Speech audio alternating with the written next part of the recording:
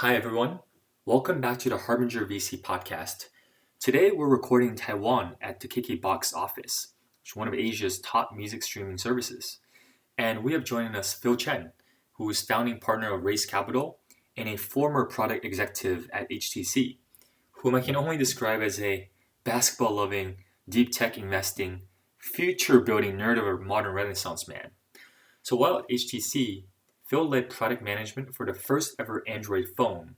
He founded Vive VR and launched the world's first blockchain phone called HTC Exodus. At the same time, Phil ran HTC's corporate development efforts, where he invested in KKBOX and SoundHound, and also led HTC's acquisition of Beats Electronics, which was eventually acquired by Carlyle and then Apple. As a VC and advisor at Horizon Ventures, which is Ka-Shing's venture fund, Phil managed their deep tech investments, where he served as a board director for over 15 companies globally, including Improbable, Soul Machines, Kneron, Scopely, Sentient, and 88 Rising. On today's podcast, Phil shares an insider scoop on HTC's incredible rise and eventual decline that has never been heard before, including an early opportunity to invest in Xiaomi when it was only worth about $150 million.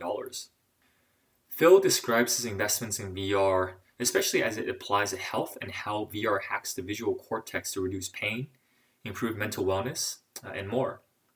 Phil also speaks to the potential of a blockchain-powered future, as well as the potential for Taiwanese startups to build world-class companies, especially as so many successful entrepreneurs return from Silicon Valley during the COVID era. Lots to cover on today's podcast, so enjoy.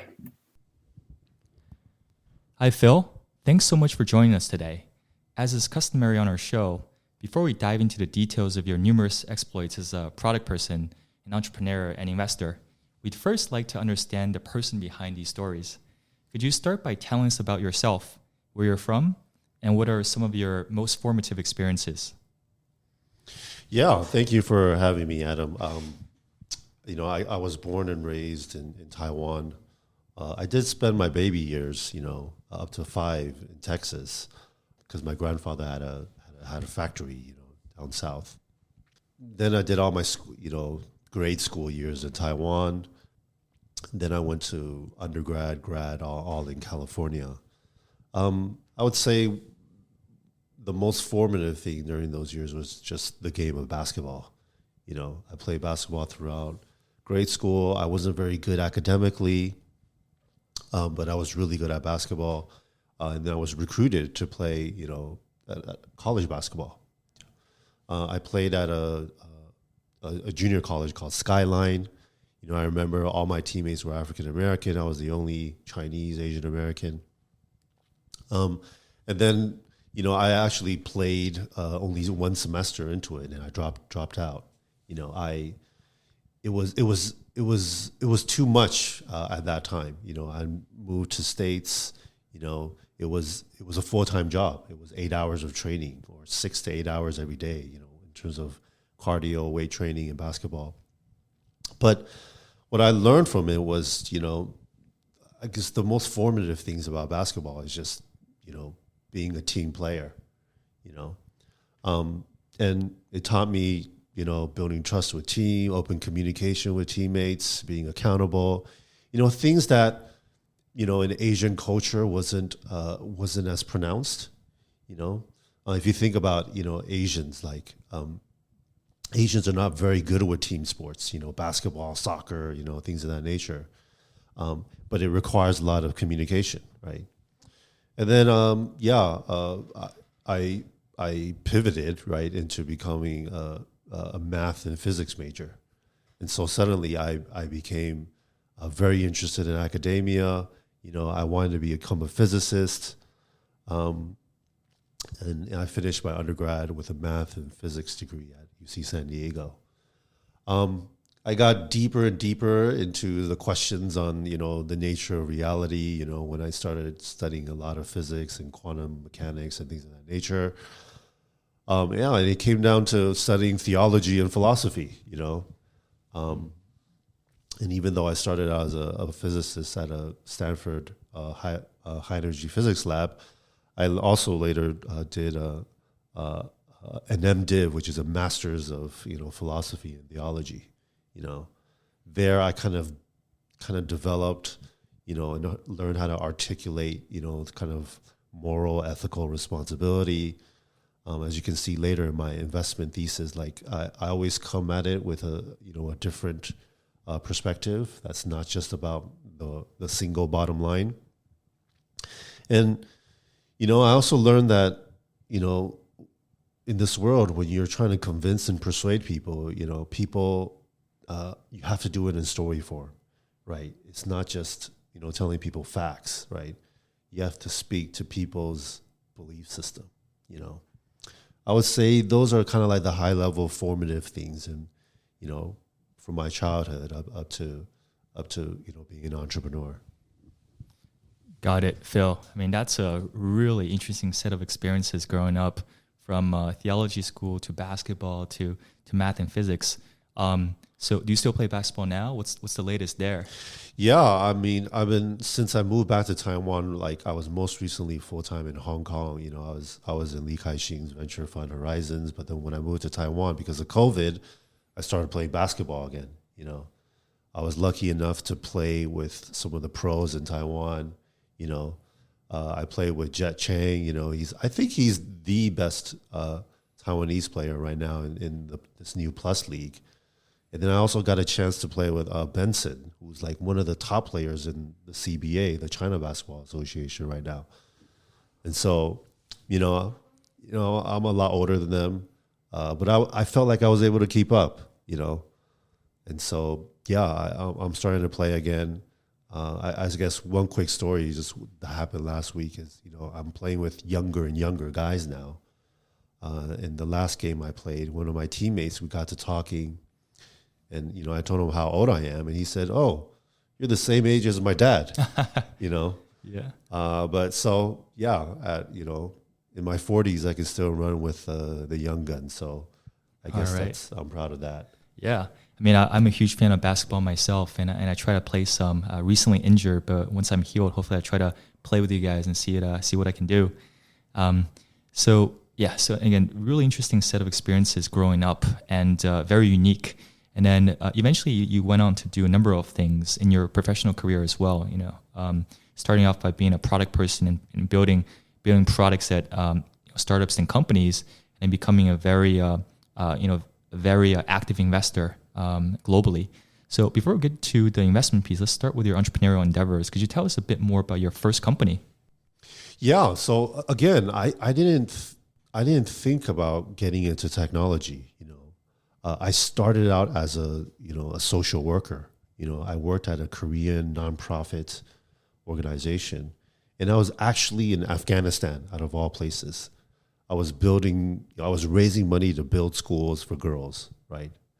And so in that process, I felt, it was an amazing experience being in Afghanistan. We were in Kunduz, which is a northeastern kind of place in Afghanistan. We would spend some time in Kabul. I would raise money. We would build buildings. I just found it to be very inefficient, although I was still very passionate about education, right? And so having a tech background and being aware of tech, there was a technology called e-ink that came out of MIT back then, and I just had this idea, like, hey, if I was able to build, a device with this e-ink was significant because it didn't require much batteries, So if I was able to build this device, I started a nonprofit organization first called One Library Per Child, meaning that, hey, if I built this device, this handheld device, this is 2003, 4, 2005. If I built this device and I hand it to a kid, then, he would have access to a whole library himself, right? And, as this idea, progressed, it turned into a company. I was able to raise some money, right? Then there was open source software, which later became Android. And I was able to build this ebook reader. I raised some money. I built a team in Silicon Valley, built a team in Shanghai, and we built something called the Alex e-readers. It's called Alex because it was named after the Library of Alexandria, which was, the biggest kind of library in ancient times. And so, yeah, that's how that company started, you know. And, you know, I was passionate about education and was able to, you know, again, bringing that kind of moral responsibility and that, you know, things that I learned, you know, in a place like Afghanistan. Yeah, that's how that started. Right. Yeah, so the Alex Reader, if I recall, eventually, was it acquired by or was it sold to Barnes & Nobles? Remember? Yeah, the long story was that they shipped a Nook and they used our patents. Yeah, you know, and it effectively became an acquisition. There's a story behind that, but yeah, the first Barnes & Noble Nook, which is dual screen, it was a LCD monitor in the bottom that used to control the e-ink screen on the top, and then quickly, you know, when Amazon came out, the Kindle, it was just the e-ink screen and the whole kind of operating system was built for e-ink. But the first Barnes & Noble Nook was our design. Right. So after you built the Alex e-reader, at a certain point you went back to Taiwan, right? And you joined HTC. So I mean, what happened after the Alex reader? Did you build anything else in the US? Did you go straight to Taiwan? Yeah, what happened was we were familiar with Android, the software, right? And then I learned that there was a company in Taiwan called HTC working with Google, with Android, talking about this new mobile phone, right? And that's how that started. And I became a product manager at HTC. And then the iPhone came out 2008, I believe. And I joined HTC 2008, and we built and we shipped the first Android phone 2009, right? And that's literally the first Android phone ever shipped, right? And since then, you know, from 2009 to, 12, 13, I've shipped over 100 million Android phones. Yeah. Yep. Yeah, I mean, the iPhone, the Android phone are some of the most, certainly the most influential devices over the past decade or two, or perhaps even in history. And I recall HTC. I mean, back in the day, I had an HTC phone. It was like the Mate 8 or something, but it was a very good phone, and it was super popular. I think it was HTC probably had top 3 market share in the world back in 2010. I was wondering, given your time at HTC, helping to ship their first Android phone, what was it like seeing the rise of HTC, and then what eventually caused it to slow down? Yeah, I remember when I was there, we were selling, I remember we sold 1.5 million phones that year. I think this was 2007. And I remember every year we doubled. So 2008 we did 3, 2009 we did 6, 2010 we did 12, 2011 we did 24, 2012 we did 50 million phones. And every year, I think one of the success factors, and then, it was around 2007 and 8 as well. We acquired an industrial design team called One & Co. And we were able to successfully integrate kind of that Silicon Valley, San Francisco, and also Seattle kind of design culture. And so for those years, 2008 to 12, HTC consistently put out the best products because of our UI design. We had a few iconic UI designs and a lot of industrial designs. I remember we were the first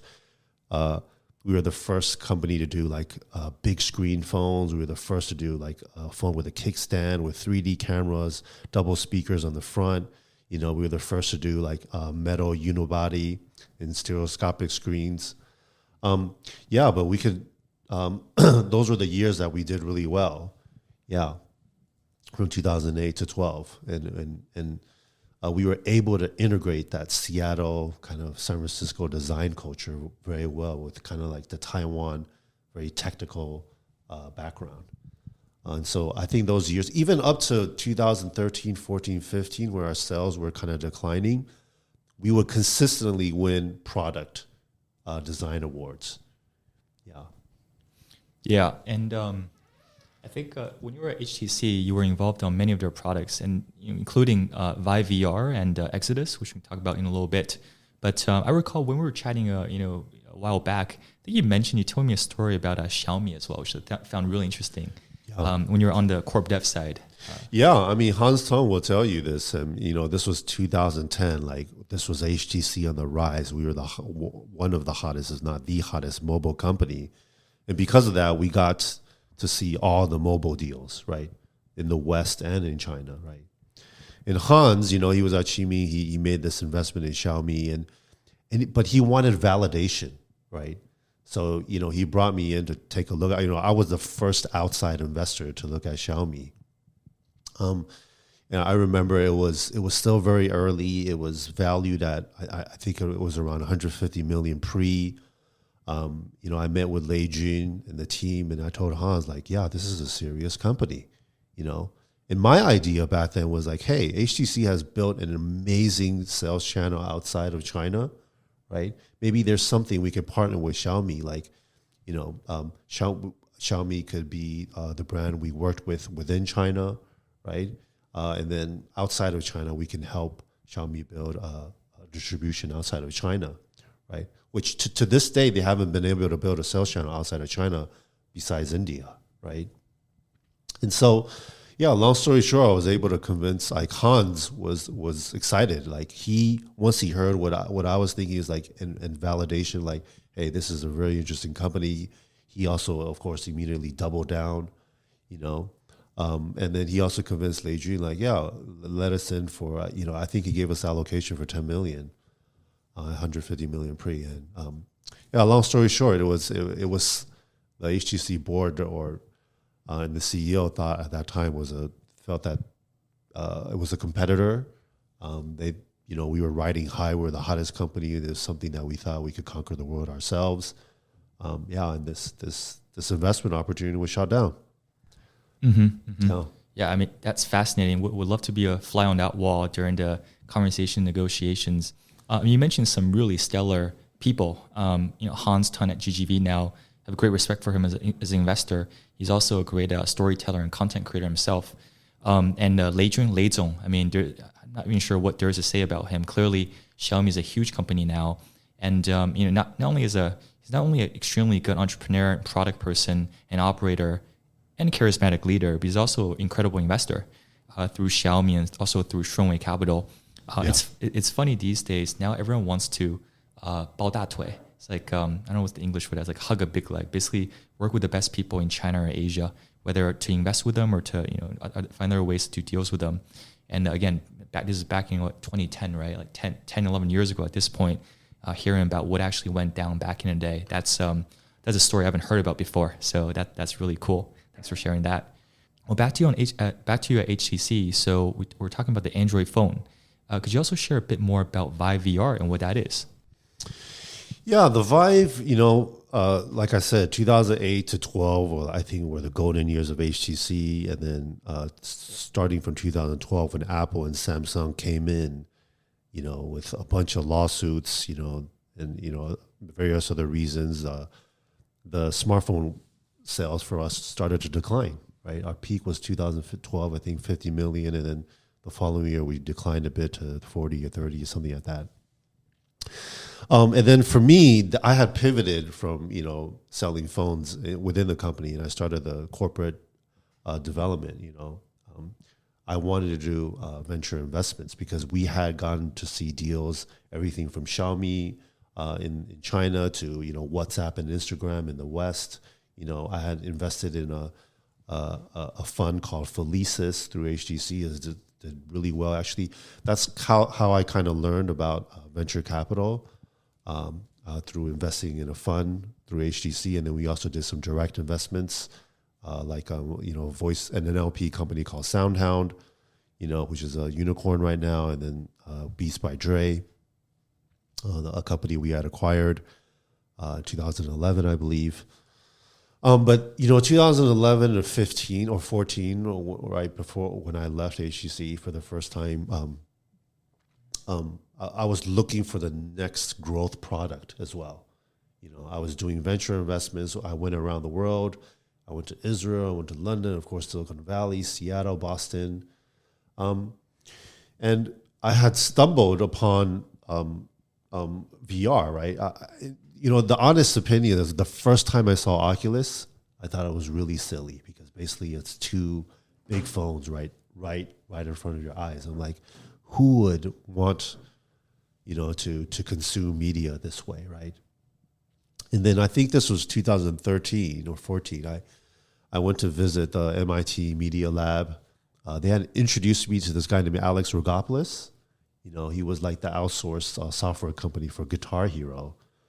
He was the guy that told me to take VR seriously, and I was listening. And yeah, long story short, he introduced me to Palmer Luckey, Oculus CEO. We got to talking. And then I went to Silicon Valley. I started talking to Charles Huang.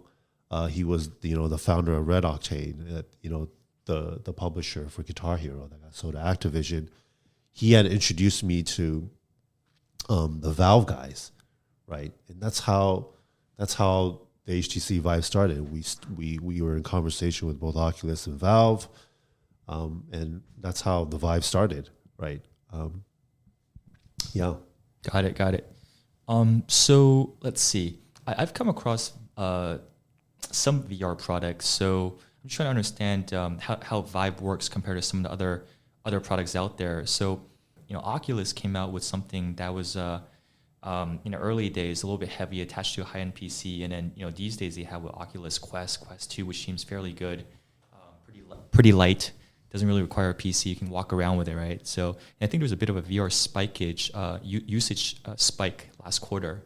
Probably not due to COVID, right? Because it's already been going on for a while. So hopefully that's good news for VR in general. So in terms of Vive, how does that work? Is it is it attached to a PC or controllers? Like what kind of use cases can you use that for? So for me is I haven't been operating the Vive. I left HTC 2015, the day we shipped the dev kit for the Vive. And then I became a full-time investor. So I became investing in VR, AR kind of computer vision startups then. And so I think Vive has, again, I'm not operational on it, but my understanding is Vive has become more focused on the high end, high performance, whereas Oculus has been more on the mobile side, And so I think Vive still is kind of the best in class in terms of performance and experience. I think Oculus has been able to make it more accessible and good enough, although they still lose money every device they sell. The Vive currently is higher price but better performance, focused on enterprise. Got it. So, and let's talk more about some of your other VR investments in a bit, but I just want to finish up our time with HTC. So, I think you also launched another product with HTC, right? It was, if I believe, it was a blockchain phone called Exodus. What is that like, and how does it work? Yeah, so the Exodus, so I left HTC 2014, 15, and then I went to Horizons Ventures. I started my own fund called Presence, but I was also at Horizons Ventures, which is Li Ka-Shing's venture fund. I did a lot of deep tech AI companies, investments there. But then I got really, really into crypto 2000. Well, when I was there too, but I got deep. I got sucked deep into the rabbit hole because of this whole Ethereum DAO hack. And I just thought that, hey, somebody needs to build a crypto phone. And what a crypto phone is basically a phone with a hardware wallet. And again, what that means is a phone that the user can own their private keys, right? Some people say it's too early, and I agree it's too early. I can see that the Exodus is, it's a crypto phone built on, an older infrastructure, right? It's a phone built for the future kind of crypto network infrastructure. It's like the car, when the Ford Model T came out, all the roads were built for horses, right? And the whole infrastructure around the city were built for horses, right? And so the car, when it came, there were so many problems, right? Where there's no gas station, it doesn't run smoothly, it'll break down, And that's how I see the Exodus, right? The Exodus is a hardware wallet built into a phone, but it's built on a network that's not ready for it yet. And so I do think, this is a different conversation, but I do think the future of the internet is a crypto crypto network, the Internet of Value, and I think the Exodus is built for that. And that we shipped 2018. I went back to HTC to build this, and we only accepted Bitcoin and Ethereum in the beginning as payment. Yeah, and that's turned out interesting. Yeah. I knew HTC because again, I was a customer before. I didn't realize that HTC came out with so many new products, not just new, but essentially the first of its kind. And you mentioned earlier briefly that you worked on a deal with Beats by Dre, right? Yeah, Jimmy Iovine, yeah. Yes. Could you share a bit more about that? Because I thought they were acquired by Apple, or was it some sort of... Yeah, it was acquired by Apple after we sold it to Carlyle, yeah. So we acquired Beats, again, I think it was 2011. Then because like HTC was on the rise, we were one of the hottest companies, mobile companies, and he was talking to kids all around the US, asking them what's the coolest company. And kids, 16-year-old, 18-year-old kids, everybody was saying HTC, right? Jimmy Iovine, he's of course a famous music producer, probably the greatest salesman I ever met. I think the thinking behind acquiring a company like Beats was, like I was saying, HTC did incredibly well in integrating kind of design into its phones, whether it's industrial design or user experience. And a lot of that experience, a lot of that culture was kind of what I call Seattle and San Francisco culture, right? Jimmy Iovine and Beats, of course, is Hollywood, LA culture, right?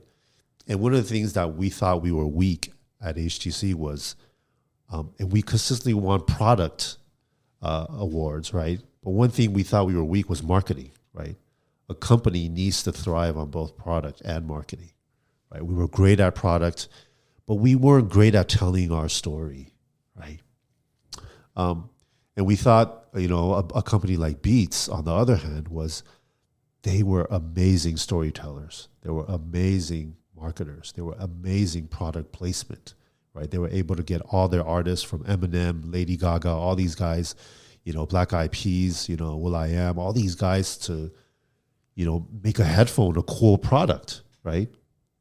And so when we acquired them, we thought we could integrate that storytelling marketing culture, long story short, I mean, this could be a whole conversation on why it didn't work. But we weren't able to integrate that type of culture into HTC, into kind of the Taiwan engineering culture. And so it was 2014 or 15, I believe, it was sold to Carlyle and then later to Apple. But yeah, just to close this loop, looking back, what we did well at HTC was, I think we successfully integrated kind of San Francisco, Silicon Valley, Seattle culture, which is more tech. But where we failed was integrating kind of the storytelling Hollywood, LA culture. We did not succeed there. I think had we been able to do it, we would, of course, been a very different company today. But yeah, and that's something I feel like I could write a book about it. But the lessons that I learned there about storytelling and integration with different cultures, with different values, it'll be an interesting story to tell next time. Yep. Well, thanks for sharing with us some of those stories this time around. And again, HTC, such a fascinating company with its rise and I suppose gradual decline. I mean, they're still around, right? Perhaps they come up with a new product or new way of thinking to potentially change the trajectory of their future. So we'll see how that plays out. So we spent some time talking about your entrepreneurial pursuits. Why don't we shift over to your investment endeavors? So you mentioned that you work with Horizon Ventures. You also started a fund was called Presence Capital, right? Okay. And then I know you're also involved with a new venture studio here in Taiwan called 886 Ventures, or studio. So there's a number of things that you work on. Could you tell us a bit more about how those interlocking work together, and also how you're able to manage all of this, especially with 3 kids, with some of your basketball pursuits as well. So how do you do all of this, Phil? So when I left 2014-15, I left the day we shipped the first Vive dev kit. The reason is because this time around, having been having done mobile is probably, the device that's shifted, humankind, the most kind of influential computing device ever shipped, right? And so with the Vive and with VR and AR, I saw that, kind of similar wave coming, but in this time around, I wanted to be an investor, right? So I started Presence Capital as a very small seed fund with two other partners, one named Amit. Amit was one of the founders of Farmville, and then another gaming veteran named Paul Bragio, right? The three of us started a seed fund. And we were one of the first in class, like focused on sector specific. We only did VR, AR, and computer. When I say VR, AR, is mostly computer vision companies, right? So it really is a VR, AR kind of AI computer vision fund, right? And everybody in the Valley knew that we were the domain experts. People knew me as, the Vive founder, and Amit being Farmville, Paul, gaming guys. And so we positioned ourselves, we were able to work with the big funds, right? The Andreessen Horowitz and the Sequoias. And if you look at so we've done 43 deals at Presence, and they're all seed deals. I would say a fourth to a third are all companies that we did seed, and then a big fund like Andreessen or Sequoia or Excel did the next round. And the reason why we were able to do that is because Andreessen and Sequoia, they saw us as domain experts. They knew we were much smaller than them, so they didn't see us as competitors. So they would see a company, it was too early for them, but interesting, they would say, hey, they would throw it to us. It says, hey, if this is interesting enough for you guys to do, maybe we'll do the A after you do the seed. And so that's what happened with Presence. And when I was at Presence, luck, this is also by luck, I was in Israel, and I met Selena Chow, who's the head of Horizons Ventures. Long story short, she invited me to, invest in her team. And I also asked her, like, hey, I have my own fund. How am I supposed to invest out of Horizons? But Horizons is it's one GP, one LP, right? And again, my fund was tiny compared to Horizons, right? Horizons is a big established firm. Presence is a small seed fund, sector specific. And so, they allowed me to manage my own fund, which is a tiny fund, and also invest out of Horizons. And when I was at Horizons, I did, I want to say 15 to 20 deals. I deployed over 150 million. I sat on, 10 to 15 boards around the world in London, Israel, Finland, Taiwan, Silicon Valley, of course. And I would say 2014, 15 to 2018, that's, I was doing both Presence and Horizons. Yeah. And so,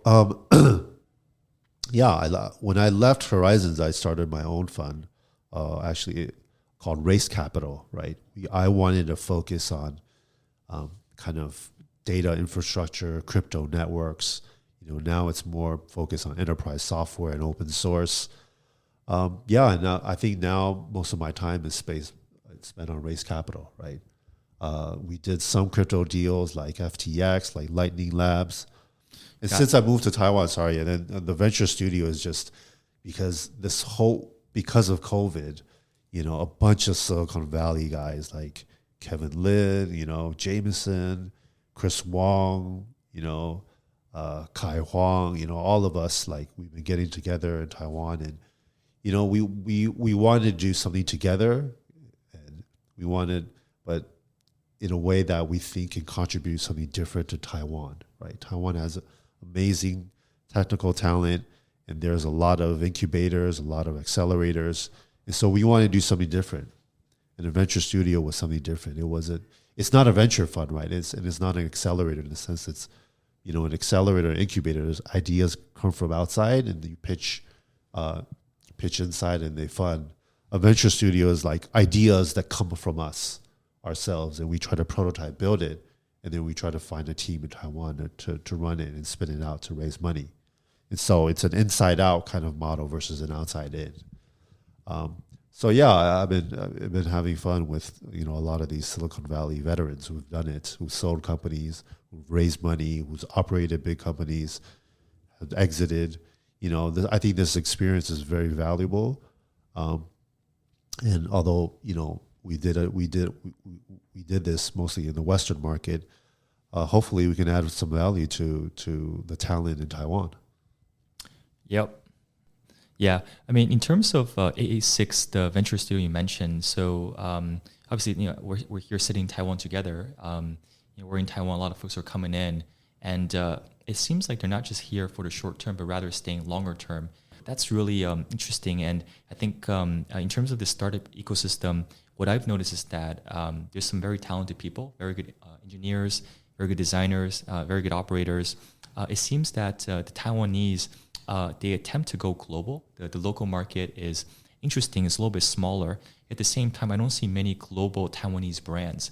And then it makes me think about what you mentioned earlier about HTC as well, which was not very good at storytelling. You attempted to bring in the team from Beats. So back to what you're building now in the AA6 Venture Studio, could you share a bit more about what you're trying to build out of it? And how do you bring in your experience and that of the other Silicon Valley experienced and successful entrepreneurs to bear in Taiwan?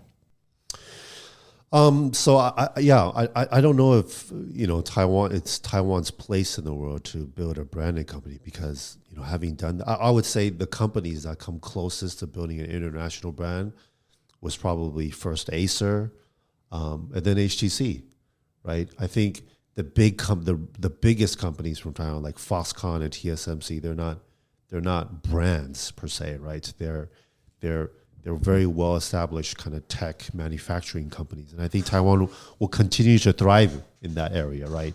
Taiwan will continue to thrive in semis, in building trusted manufacturing, supply, kind of like, even like as hot as Tesla is today. If you think about it, there are 29 parts in a Tesla car that are all manufactured in Taiwan. And a Tesla, you could argue a Tesla car is a Taiwan car, right? Everything from, I don't know, parts of the LED to parts of the motor, like it's all built in Taiwan. Taiwan will continue to thrive on that because Taiwan is great at manufacturing, great at quality control, and also a country that has trust, in the kind of general geopolitical situation. It's a small country that's non-threatening, that has trust, right? I think at 886, this is something that Chris Wong of Thunder Token and something Kevin Cho of Rally we were talking about yesterday. We think that another kind of sector that Taiwan can really thrive on is crypto networks. And we think Taiwan is maybe top 5 places to build a crypto company, because right now, crypto is still very much in an infrastructure stage. It's very technical, and Taiwan has a lot of technical talent, right? And, crypto networks are about data. It's about governance. Taiwan is still somewhat of, it's a functioning democracy, right? And so, I think that what we're doing with 886 Venture Studio is finding pockets like crypto, but also like how do we kind of integrate that culture we were talking about, a lot of the Silicon Valley culture with kind of Taiwan tech talent. We want to be able to integrate that and build a hybrid kind of success story. And so we're still attempting to build a brand as well. We don't know if that's the thing that we're able to do, but we're certainly going to try. And Taiwan is a place where we can do a lot of small experiments at much smaller cost. And then I feel like if we can do a lot of experiments a lot more faster than other people, and learn a lot quicker, then maybe we'll find a chance to succeed. Yep. Certainly, and I sure hope so. It does seem that Taiwan's a great place, almost a sandbox to experiment with new ideas and building Taiwan, potentially bring other markets. I think given what's happening with COVID and a lot of folks coming in, and potentially for a while, I do see that as a bit of a step change, and hopefully as a fundamental and disruptive force in the ecosystem to help build even larger companies. So it's really interesting. I think it would also be good to talk about some of your VR investments, right? We were talking about that earlier. We didn't really step through it in any more detail. So I think I was looking through some of your previous experience, and it seems like you invested in a couple of VR companies in the health space. So also VR, for example, I found very interesting. Could you tell us a bit more about that investment? How does that company work, and what kind of value does it create for society? Yeah, I mean, I think pretty early on, being one of the first and few kind of sector-specific funds and presence, early on we did invest in some VR gaming companies, but we quickly kind of pivoted away from that, right? We started developing very different theses. And one of the big kind of portfolios, I think we did maybe 5-6 companies in this space, was the space of mental wellness and mental health, right? Because if you think about VR is, this device you put in front of your eyes, but what it is you're hacking directly your visual cortex, right? And what can you do to change your brain, basically? Everything from treating anxiety to phobias, to even managing pain. Like, how do you trick your brain into going to a place where you want it to, so to speak? And so we did companies like Limbics. We did companies like Trip. We applied VR, Florio, and so we did a handful of companies that I think are contrarian in that sense. But I think right now people are seeing, wow, the value of VR in this space, right? And so I think this goes back to kind of seeing the, a very practical use, but also kind of more of a moral, ethical perspective on what VR plays in somebody's life, right? We saw that VR can solve these important type of problems, from education to mental wellness. And so, for example, like one company I like talking about is also VR, right? It's a virtual education, meaning you put on a headset and you can simulate surgery, right? You can learn about the human anatomy. You can do it. You can try becoming a surgeon, right? And so that's hugely disruptive when you can allow a high schooler to learn how to be a brain surgeon, right? Because they can experiment 1,000, 1,000,000 times in virtual space, right? And so it's a very different kind of contrarian approach, but we felt that VR would be great and for that type of productivity, right? And now we're beginning to see that. Yep. So for also VR, I took a look at it, and at least the videos, haven't tried it yet. But essentially, it's helping. It could help any student. But I'm trying to imagine, if you go to medical school, when you're performing surgery practice, usually it's on cadavers, right? Like dead bodies. And I felt like that happened hundreds of years ago. It was like that. It still seems to be the case. Without something like also VR, I couldn't imagine essentially medical students going through so many human cadavers or animal cadavers, animals, to learn how to perform surgery. This seems significantly better than the status quo. Yeah, I don't want to say it's going to replace cadavers, but I think it will, of course, get somebody up to a certain point in terms of being able to learn and practice on. And so I think this is an example of using technology kind of to level the playing field. It's allowing a lot more people access to become surgeons. Yep. And getting back to the other companies mentioned, like Limbics or Trip, these are also companies I've taken a look at. And Trip is really just kind of trippy, right? Yeah, Trip is just psychedelics on VR, right? Yeah. But they're also growing very fast, especially during COVID. People are home and, they want to experiment. And so it's actually a company growing very fast. They have, a lot of paid subscribers now.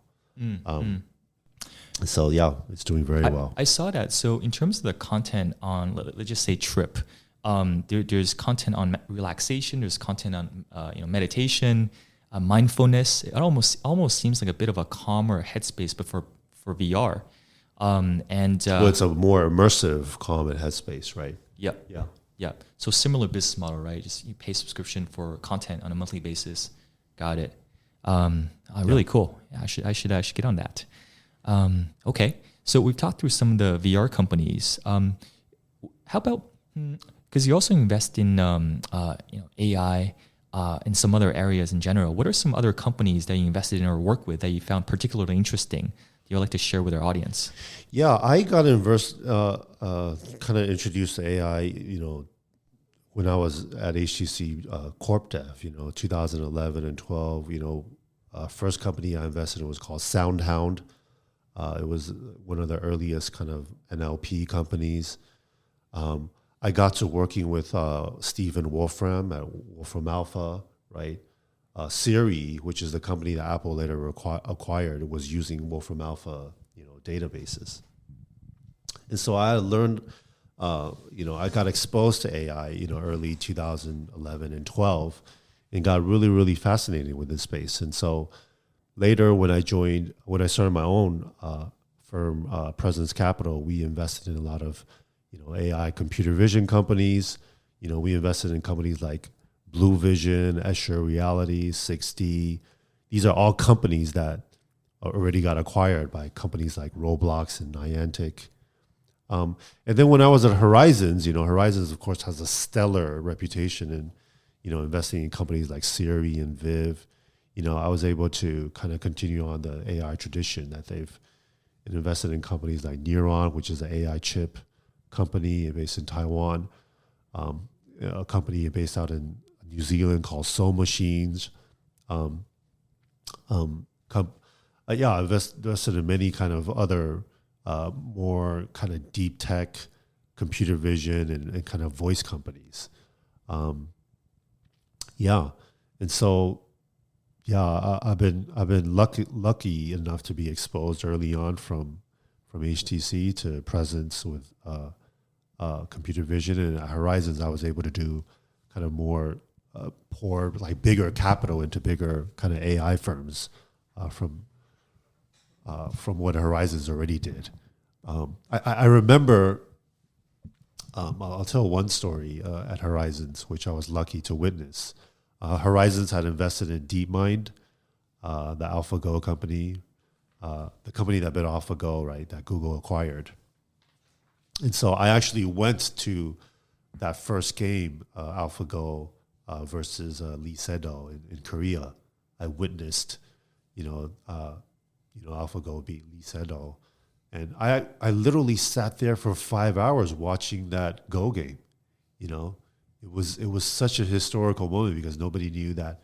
Everybody didn't think that AI, a machine could build a human being in the game of Go, but it was really fun, and it was really lucky for me to be invited to witness that game, and all because of Horizons. Right, Horizons made this amazing investment in DeepMind, and then from there, I got exposed to many of the AI pioneers too, and so as an investor, I've been very lucky in being exposed to, the cream of the crop. Yep. Yeah. So a lot of your investment career has been spent investing into more deep tech companies, whether it's AR, VR, whether it's AI. And then I've noticed that you also are involved with 88 Rising as well. So love to get your take on that story there. How did that come to be? Yeah, I mean, I've been lucky to be involved in many gaming / entertainment companies, right? Like at Horizons, I did Scopely. Scopely is valued at 3-4 billion now. At HTC, of course, like I said, I did Beats. We also invested in KKBOX, which is the place where we're recording this podcast at, which has done very well as well. And then at Presence, I did a company called Wave, which is like this virtual concert. 88 Rising is an interesting one too, being Asian and Asian American. I had met this deal came about quite kind of a very serendipitous fashion, right? I met Jason Ma at I had met him before, but we really connected in New York when we both traveled there. I was on a business trip with HTC. I'm not sure why he was there, but long story short, we both went to watch a New York Knicks basketball game. And what's special about that particular game was Jeremy Lin's first Madison Square Garden game. Nobody knew about him. He was on a 10-day contract, and nobody knew if he was going to get a full contract from the NBA. Long story short, I mean, Linsanity happened 2 games after that game, right? I think it was New York Knicks. They played another game, and then I think they played the New Jersey Nets. Right. And that's when Linsanity broke out. 25 points, right? That was just but I do remember that when he played the last 5 kind of garbage time minutes in that Knicks game in Madison Square Garden, that the arena was just so electric, and we met afterwards with Jason and Jeremy in the locker room.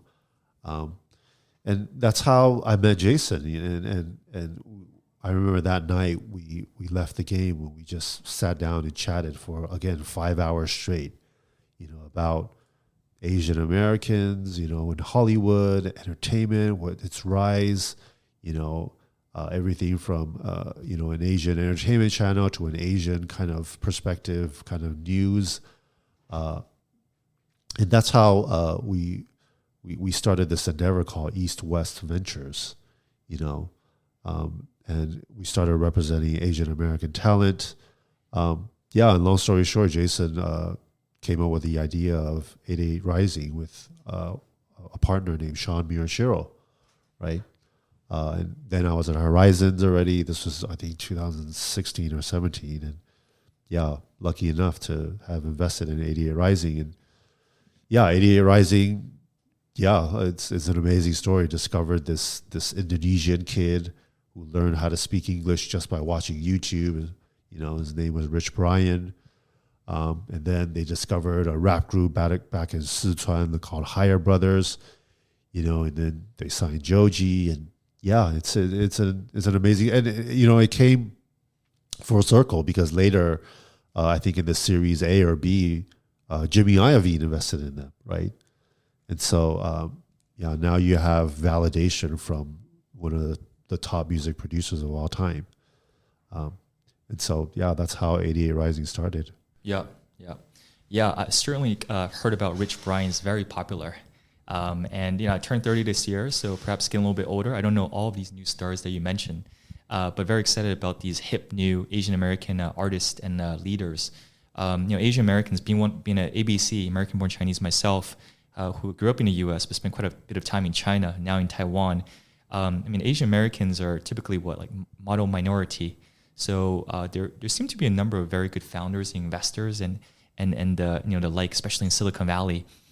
I'm very encouraged to see them speaking up more in general, just being louder, and then pushing some more progressive social causes.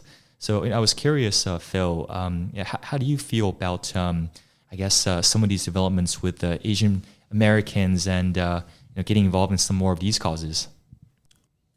In the Valley, Asians have, quite a big representation, right? The Indians have done well. The Taiwanese have done well. And so I'm not as heavily involved in the Hollywood scene, so I can see underrepresentation of Asians in LA. But I've been lucky enough to be, this deep into kind of the tech community, and I feel like, I think of course there's still a lot of inequalities, but I would still say largely I feel very lucky in being able to participate in a significant way in kind of this tech revolution, and so I think here, what 88 Rising is doing with what the Gold House guys are doing with Kevin Lin and Far East Movement and them, I'm tangentially involved, but I'm still more focused on the tech side of things. And maybe that's why, that's one of the things Taiwan needs to do well is it needs to integrate with the LA, Hollywood storytelling culture to really be able to tell its own story, right? That might maybe something I'm still learning. Yep. Got it. Yeah. I mean, that all resonates with me. And I think, if we kind of get back to the focus on tech and startups and company building, just kind of, again, we're in Taiwan currently, and Taiwan's very good at a number of things. You've mentioned some of these, the manufacturing capability, the quality of the talent, some of these processes here are really good. You make me think of a company in China called Anker. Basically sells these kind of portable battery cases and chargers like 充电宝and other comparable products. I think most people don't realize it's a Chinese company. They're probably worth about $10 billion on the Chinese stock exchange, so quite incredible. I always wondered, can a Taiwanese company build something like that as well? It has the supply chain, it has the capabilities and the manufacturing, and now there's people like you, like Kevlin. You mentioned some other names, Chris, and a number of others. So could Taiwan build a company like that? It's in a hardware space. It's perhaps in the electronics space. May not be the sexiest these days, but is that a possibility? Yeah, for sure. I think what Anker did was great. Build a brand off of peripherals like that. I would say another company that did that was Razer, right? Which is based out of Singapore with Min. They were able to build a brand out of these keyboards, right? Gaming keyboards, gaming mouse. Yeah, and so they were able to build hardware brands, consumer brands out of things that most people didn't think that you could, right? And so Taiwan being able to manufacture those things, like Taiwan can certainly manufacture great keyboards, great mouses, right? Like great batteries, mobile batteries, chargers. These are all things.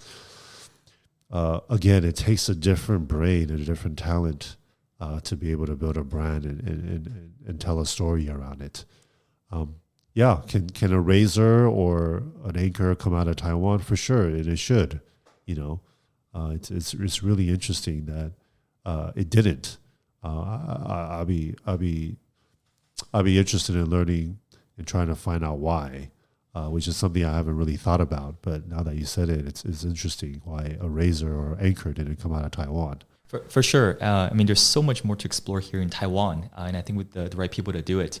I mean, I was visiting a company down in Hsinchu. I met a person at TSMC. So, I mean, it's probably Taiwan's largest company. It's a global foundry model for all the chip design companies. So her husband runs a company called AP Memory. They're essentially a memory chip design company.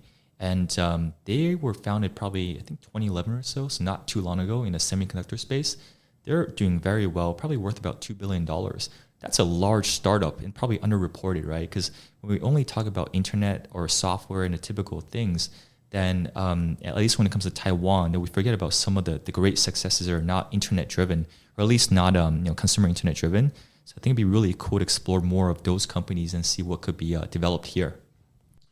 Yeah, I mean that's what Taiwan is good at, but I would say it's almost impossible to build a consumer brand off of AP Memory, right?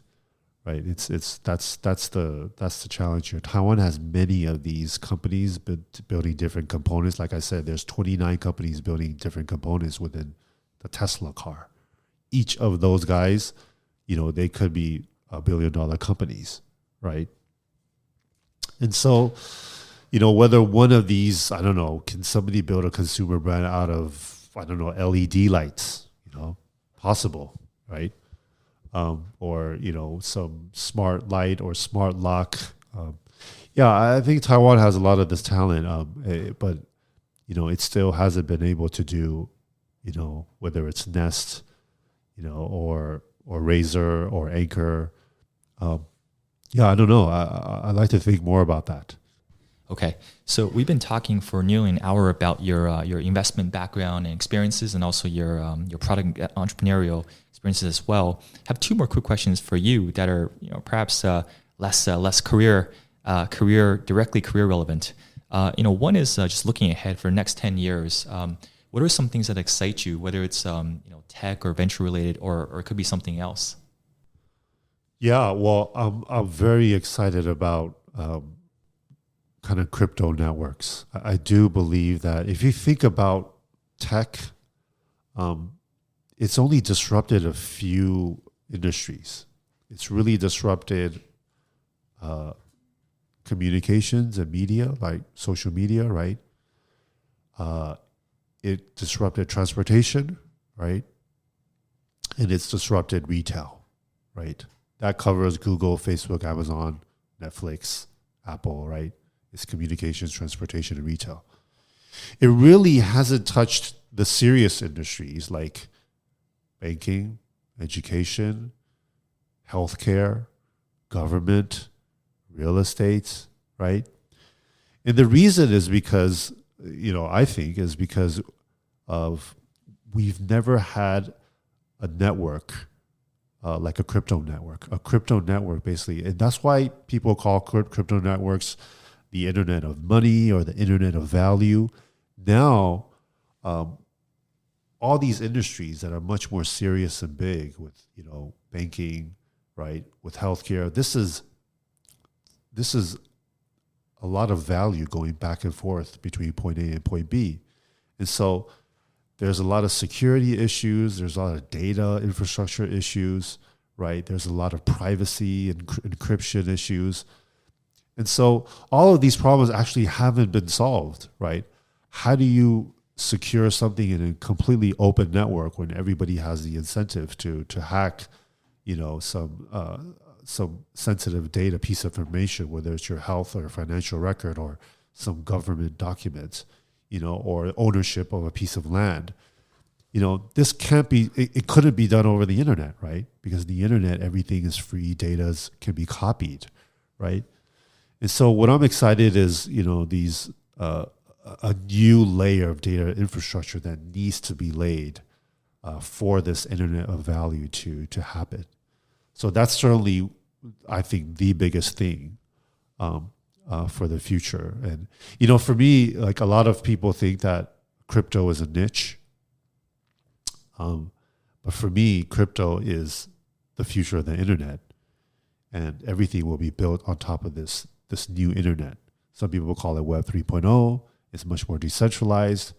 But all the original promises of the internet, like it's open, it's public, it's transparent, it's permissionless, it's censorship resistant, borderless, all of these things, all the best aspects about the internet, plus now you need some regulation and protection and privacy and encryption. And, this needs a whole layer of data infrastructure. And so that's what I'm most excited about for the next 10 years. I think that is what will define the next generation of tech. That is where you'll all see all the growth. And you'll see a lot of behavioral changes, now that, 7 billion people have smartphones. Yeah. That's really exciting. I think you see some more capital flows into the blockchain crypto space in general. A lot of the institutional money is into Bitcoin as a supplement or a complement to gold. But I think there's a lot of stuff happening in general for some of the other blockchain projects, to your point. And just kind of thinking back to your entire career, you've been ahead of the curve, right? When it comes to the e-reader, when it comes to that first Android phone, when it comes to a viable VR hardware product and system, and then with the blockchain phone. So you've very much been on a cutting edge. It should be very interesting to see how things kind of congeal and build around some of these trends. So even for AR, VR, it's been around for a while. There's a bit of a hype cycle, maybe like 5-6 years ago. But I think the hardware is getting better. There's more content, so it could be more ready for in the next decade. So I'm super excited about some of the areas that you invest into and work on, because the timing could be very, very good over the next decade. So we'll have to see about that. One last quick question for you is more of if you think back to when you're 20 years old, or let's say 30 years old, if you were to think back to when you're 30 years old, what are some things you would tell yourself that you wish you knew back then? I know you got married when you were 30, right? Yeah. So that's something. What would I tell myself? I don't know. I never really thought about this. I would just say, believe, take bigger risks. Believe in kind of your contrarian point of view. Yeah, I can't think of anything that's significant that I would say to myself. Yeah, except believe in kind of your instincts that you have. Alrighty. Well, yeah. If you think about anything else, feel free to let us know. But thanks so much for your time today. Super interesting conversation and a lot of firsts. I mean, a lot of firsts that you've done with HTC and your other pursuits, but a lot of firsts in terms of these stories being shared with a wider audience. I never knew like 90% of the things that occurred at HTC, which I think are super fascinating and a big part of technology history. So thanks so much for your time today, Phil. Yeah, thanks for having me. Yeah, it was fun.